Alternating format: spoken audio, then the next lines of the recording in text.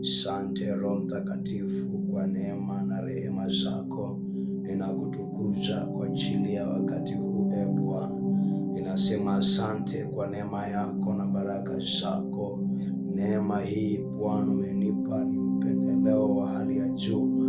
Wapo wengi walitamani kuifikia Bwana. Mimi umenipa neema hii Bwana, na huyu mpendwa wako ambaye Bwana ananisikiliza siku ya leo, ninakutukuza kwa ajili yake, kwa sababu lipo neno la matumaini kwa ajili yake. Zandi braduza ya mande kira braduza karabazaya mande kira braduza manea karabadizia karabazaya. Ninalitukuza jina lako Bwana na kulienzi jina lako Bwana. Ni wakati na wasaa mzuri ambao Bwana umelituma neno lako kwa ajili ya watu wako. Unalituma neno lako kwa ajili ya kanisa lako. Rabadezia mande labraduzia manea karabazaya. Wapo ambao Bwana wana udhaifu mwingi, wapo ambao wamechoka, wapo ambao Bwana wameishia njiani katika mambo mengi. Mungu wa mbingu na nchi, ni wakati huu ambao ninazungumza nayo kwa ajili yao. Mungu, usiwapite na neno lako Bwana, likawe na matumaini juu yao, maana ninachojua ni kwamba Bwana unatuwazia mambo yaliyo mema, unatuwazia mambo yaliyo mazuri. Haujawahi kutuacha Bwana. Rabo dezikeria mande bradusaya manea rikarabadizaya kajada mande kirabadusa. Katika jina la Yesu Kristo, Mungu aliye hai, naweza ukawa unamshukuru Mungu kwa sababu neema ambayo Bwana ameachilia juu yako ni neema ya tofauti na neema ya kutofautishwa na watu wengine. Sikiliza nikwambie, mtu wa Mungu, yamkini kuna mahali ambapo unapita, lakini ni maombi yangu katika majira haya ambayo unanisikiliza, ya kwamba hiyo hali unayoipitia ukaione ni hali ya kawaida, na ukavuke hapo ulipo, ukaibuke kuwa mshindi. Raba desaya mande karabadusha mandea korabazaya. Katika jina la Yesu Kristo, Mungu aliye hai, ni matumaini yangu kwamba uko mzima na wa afya. Ninakusalimu zaidi katika jina zuri la Bwana Yesu aliye hai. Siku ya leo nataka nishare na wewe kitu kizuri ambacho Mungu amenisemesha kwa ajili yako na wakati huu ambao unanisikiliza, katika kitabu cha waraka wa 3 wa Yohana sura ya 1 mstari wa 2. Sura ya 1 mstari wa 2, waraka wa 3 wa Yohana. Biblia inazungumza, inasema, mpenzi, naomba ufanikiwe katika mambo yote na kuwa na afya yako kama vile roho yako ifanikiwavyo. Ni Mungu anazungumza na sisi, anatuambia kama wapenzi wa kwake. Anasema, mpenzi, naomba ufanikiwe katika mambo yako yote na kuwa na afya yako kama vile roho yako ifanikiwavyo. Kiangalia katika neno hili utakutana pale mstari wa 1. Biblia inazungumza kwa habari ya mzee. Mzee anasema, mzee, kwa Gayo mpenzi ni kupendaye katika kweli. Maana yake nini? Mungu anayetupenda katika pendo la kweli anazungumza nasi katika muktadha huu, ya kwamba anatuombea au anatutamkia kufanikiwa. Tukiangalia hapa utakuta aliyekuwa anazungumzwa na Yohana mwenyewe alikuwa ni mzee. Alikuwa anamzungumzia kwa habari ya mafanikio na kwa habari ya afya. Lakini mimi nataka nikueleze kwamba kwa muktadha wa namna hii, kwamba Mungu amekusudia kwamba mimi na wewe tuweze kufanikiwa, tuweze kuwa na afya njema, tuweze kuwa na uimara wa rohoni na uimara wa mwilini. Anasema, mpenzi, ninaomba ufanikiwe katika mambo yako yote na kuwa na afya yako kama vile roho yako ifanikiwavyo. Kama vile neno linavyozungumza hapa, nami ninakuombea wewe ambaye umepata neema na kibali cha kunisikiliza, uweze uweze kufanikiwa katika mambo yako yote na kuwa na afya yako kama vile roho yako ifanikiwavyo. Umefanikiwa kumjua Mungu, umefanikiwa kumtambua Mungu, ukazijua siri za Mungu. Kwa hiyo ninasimama hapa kukuombea mafanikio mema. Nimesimama hapa kukuombea hatua mpya za maisha ya kiroho, hatua mpya za maisha ya kiuchumi, maisha ya kila namna, kila sekta ambayo unaigusa. Nimesimama hapa kukuombea ufanikiwe kama vile roho yako ifanikiwavyo. Umefanikiwa kuokoka na kumkabidhi Yesu Kristo maisha yako ili awe Bwana na Mwokozi wako. Ninakuombea sana, usiwe na majuto kwenye moyo wako, usiwe na wakati wa kulalamika kwamba kwa nini nimeokoka na bado napita kwenye hali hii nilionayo. Nataka ujue kwamba hapo unapopita ni mahali pa jangwa, ambapo upo wakati ambao mvua itanyesha kwa ajili yako kama mvua ya baraka. Usikate tamaa kwa sababu ya changamoto unazokutana nazo. Usikate tamaa kwa sababu ya watu ambao wanakuambia kwamba wewe haufai au hauwezi. Usikate tamaa kwa sababu ya mazingira ya kwako ulionayo, bali kitu ambacho ninakutamkia katika jina la Yesu, ukafae ujasiri na uhodari usio wa kawaida, ili watu wanapokutazama wamuone Mungu wa viwango vya juu ndani yako na waone ushuhuda ndani yako. Mahali popote ambapo unapita, mwamruhusu Mungu akutengenezee ushuhuda hapo, ili siku watu wakikutazama waseme ya kwamba hata sasa Mungu anamsaidia. Hata wewe ukiangalia useme ya kwamba hata sasa ni Bwana ananisaidia, hata leo ni Mungu amekuwa pamoja na mimi. Usiendelee kulalamika kwa sababu ya mazingira ulionayo, kwa sababu ahadi ya Bwana ni kwamba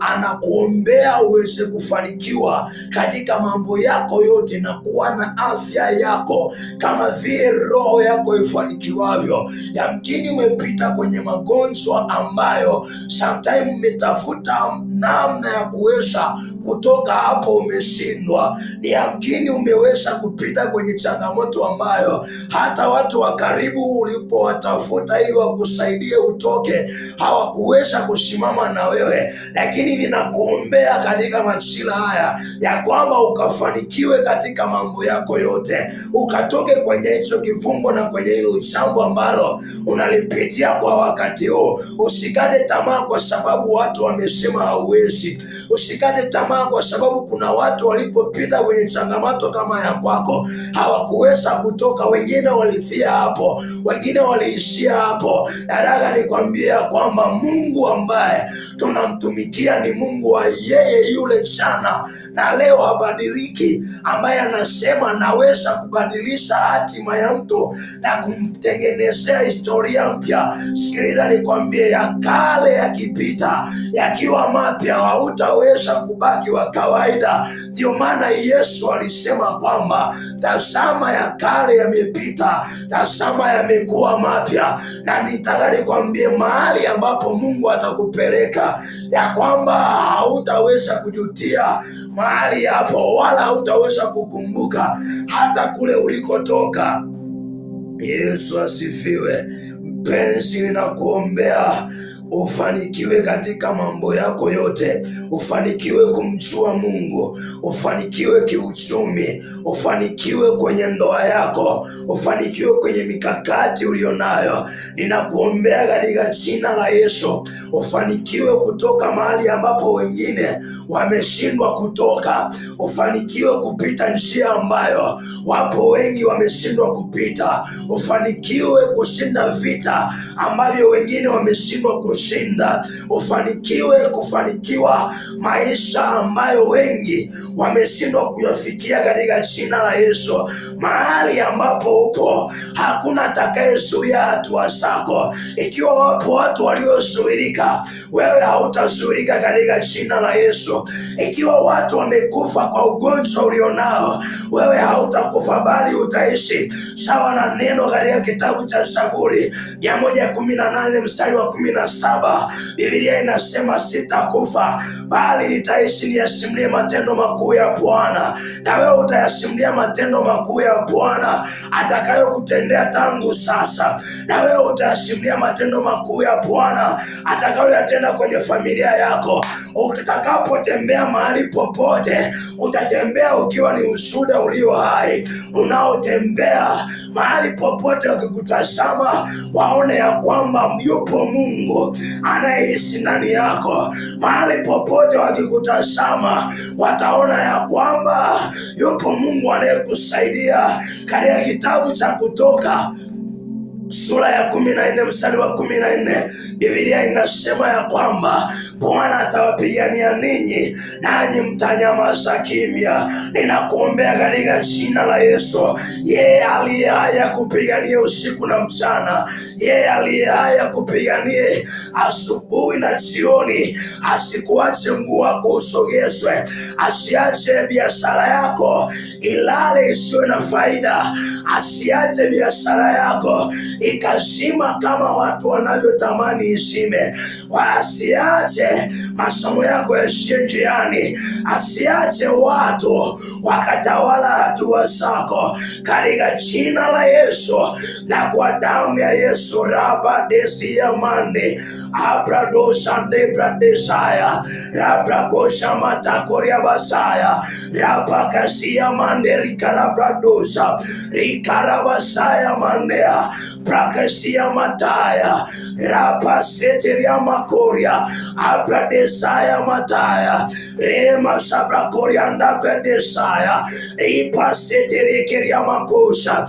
Hao mapepo yao machini, hao wakuu wa giza waliotawala hatua zako, waliotawala usao wako, waliotawala biashara yako, rapadesanda pradosa rikaya mandekerianda pradosa rapaseterikarabasaya. Kwa damu ya Yesu Kristo, nguvu za Bwana zikatembee juu yako, rehema za Bwana zikawe juu yako, rehema za Bwana zikawe juu yako. Bwana utasamea hatua zao, Bwana tazama ipendeza. Baba, uwafungue mahali hapo huyu mtu mmoja, Bwana, mahali alipokwama ipendeza. Ninaomba kufanikiwa kutoka hapo, akafunguliwe kwa jina la Yesu. Mahali alipokwama Bwana, akafunguliwe semetali, hicho kifungo cha dhambi, hicho kifungo cha uovu, hiyo laana iliyotawala ndani yake, rabadesadabrakosa rikiriamande karabrasaya rapaseterimakosa paya mandekeria badosa rapasia mataya.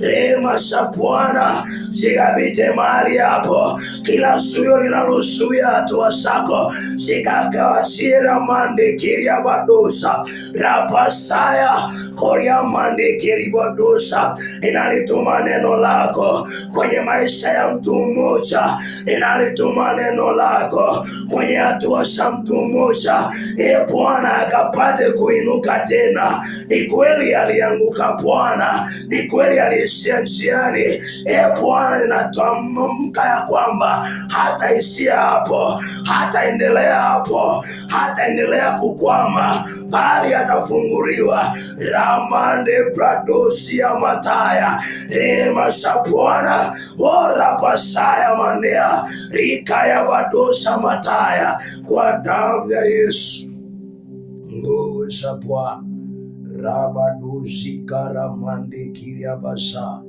rikorabasia matia bakusha epode kirikanda pradusa rinda mande kusha bazaya.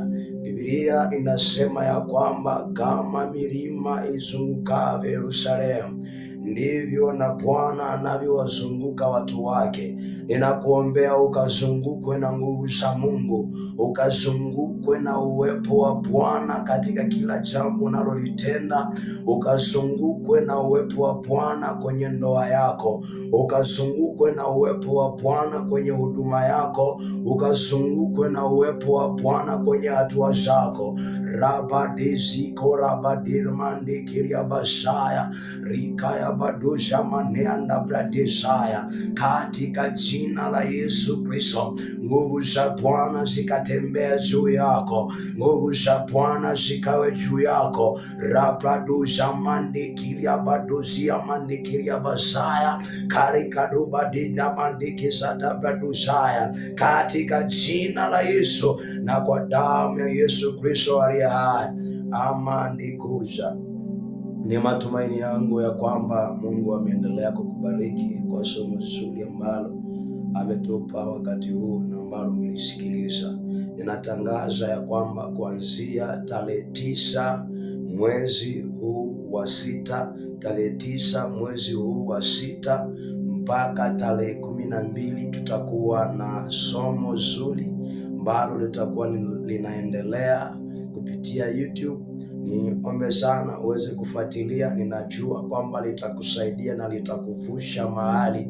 Biblia inasema ya kwamba Yesu akamwambia kipofu, njoo niweze kukuponya. Hata wale watu walipoona Yesu amemuita kipofu, wakamwambia inuka, anakuita. Sikiliza, somo ambalo tutakuwa nalo katika wiki hii siku ya tarehe 9 mpaka tarehe 12 litakuwa linasema kwamba somo litakuwa linasema inuka, Bwana anakuita ili akuponye. Inuka, Bwana anakuita ili akuponye. Ni somo ambalo tutatembea nalo katika siku hizo chache ambazo Mungu ametupa kwa wiki hii, kuanzia tarehe 9 mpaka tarehe 12. Ni siku 4 ambazo Bwana anakuita uinuke hapo ulipo ili akuponye na akuokoe, katika jina la Yesu Kristo mwana wa Mungu aliye hai.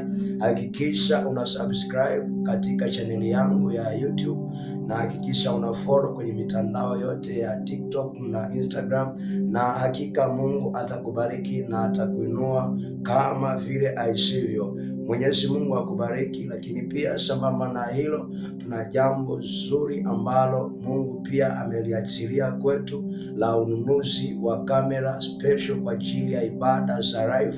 Niombe sana wewe ambaye umepata neema ya kunisikiliza, niombe uweze kwa neema ya Mungu ambayo Mungu atakujalia, au kwa vile ambavyo utaguswa, uweze kusapoti jambo hili tuweze kulifanikisha mwaka huu na mwakani tuweze kulifanikisha hiyo kamera kwa ajili ya kuchukua ibada hizi za live. Na Mungu atakubariki na Mungu atakuinua. Fanyika baraka kwenye huduma hii. Hakika Mungu hatakuacha, katika jina la Yesu Kristo.